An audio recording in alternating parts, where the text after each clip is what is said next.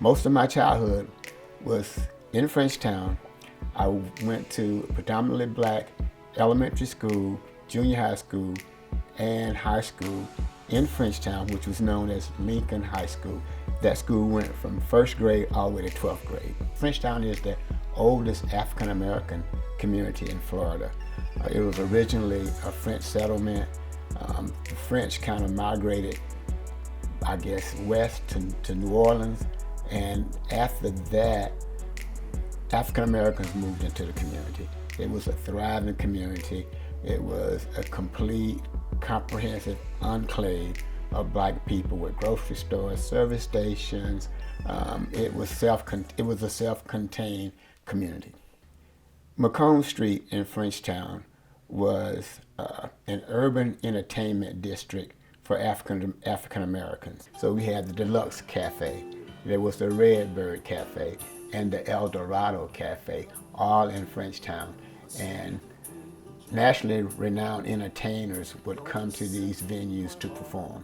He's gonna make a sentimental journey to relive old memories.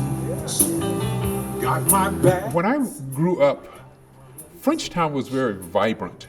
And that little area where the Renaissance Center is located was the hub of nightlife in the Frenchtown community.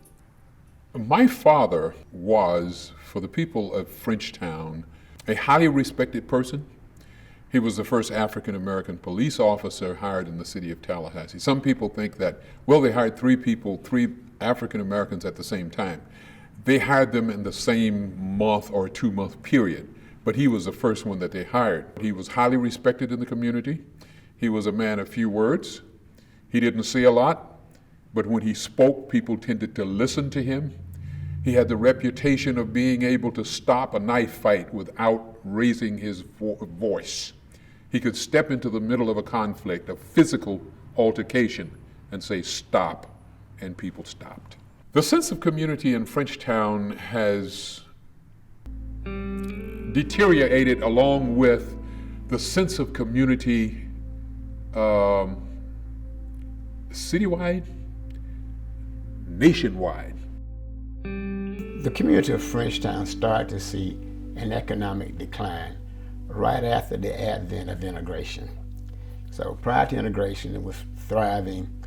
Post-integration, some of the businesses started to disappear. Let's face it, you had African Americans who were, after integration, were allowed to shop at some of the establishments that were frequented by whites only. So now they started to spend their monies not in the neighborhood, but in places that were foreign to them.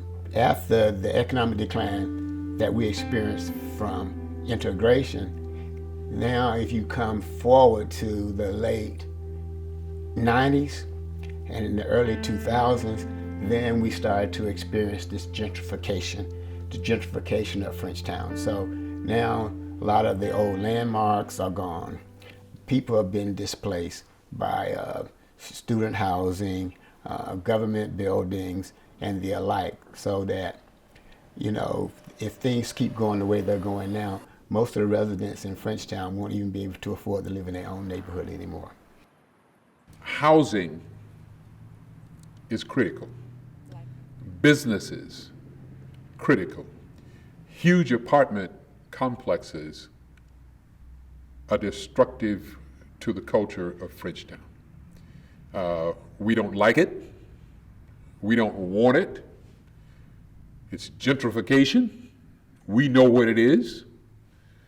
But when banks and lenders are not willing to lend in certain areas, when you don't have investors willing to invest in certain areas for fear of whatever their fears might be, that further erodes the culture and the historic nature of Frenchtown.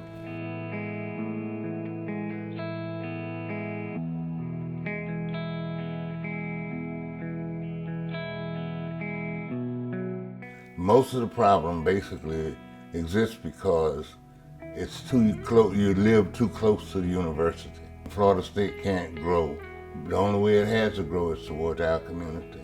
You're going to find that people are going to be displaced because, number one, they can't afford to pay the taxes in the community. The taxes become higher than it costs to pay mortgages in the community. It would drive people out of the community.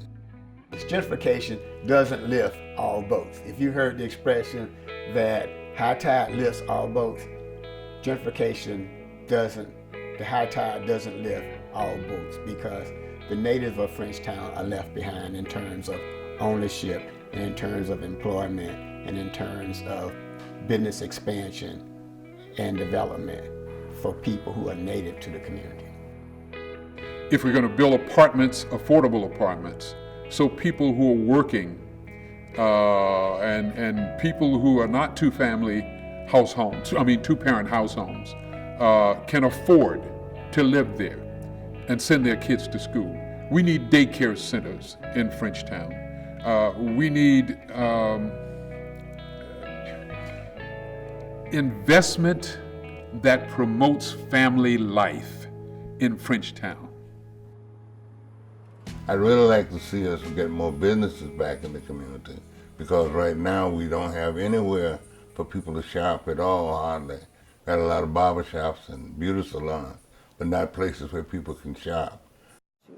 Mount Olive Housing and Community Development Corporation, its main program has been a micro-enterprise development program where we would loan folks monies to start or expand businesses in economically distressed neighborhoods.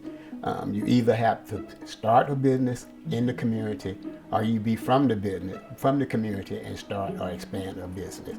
Mount Olive Housing and Community Development Corporation we started this event, and it's centered around Florida A&M University football. So we have an event called Frenchtown Rising. The mission of Frenchtown Rising is to create an atmosphere that encourages folks from Frenchtown to think forward and move forward. And one of our objectives is to reconnect the university to the historic Black community of Frenchtown. I want everybody to know how excited we are about the resurrection of Frenchtown.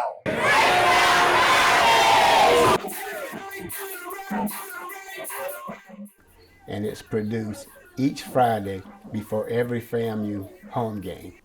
Now, what's amazing about this event is that we have anywhere from 30 to 54 vendors of all hue dispelling their wares, and we think the economic impact is huge. We're in the process of doing an economic impact analysis, but we think it's huge for Frenchtown and for the city of Tallahassee.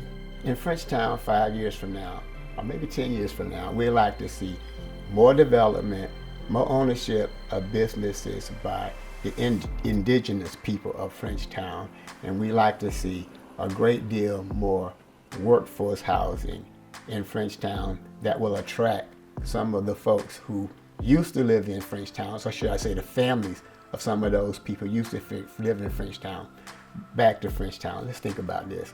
You ever see Africans come to America to get education? You see Chinese folks come to America to get education. What do? They take the fruit of their education back to Africa or back to China. We want to see Black folks who families originated in Frenchtown, who have gone away, have gotten educated. We want them to bring the fruit of their education back to Frenchtown.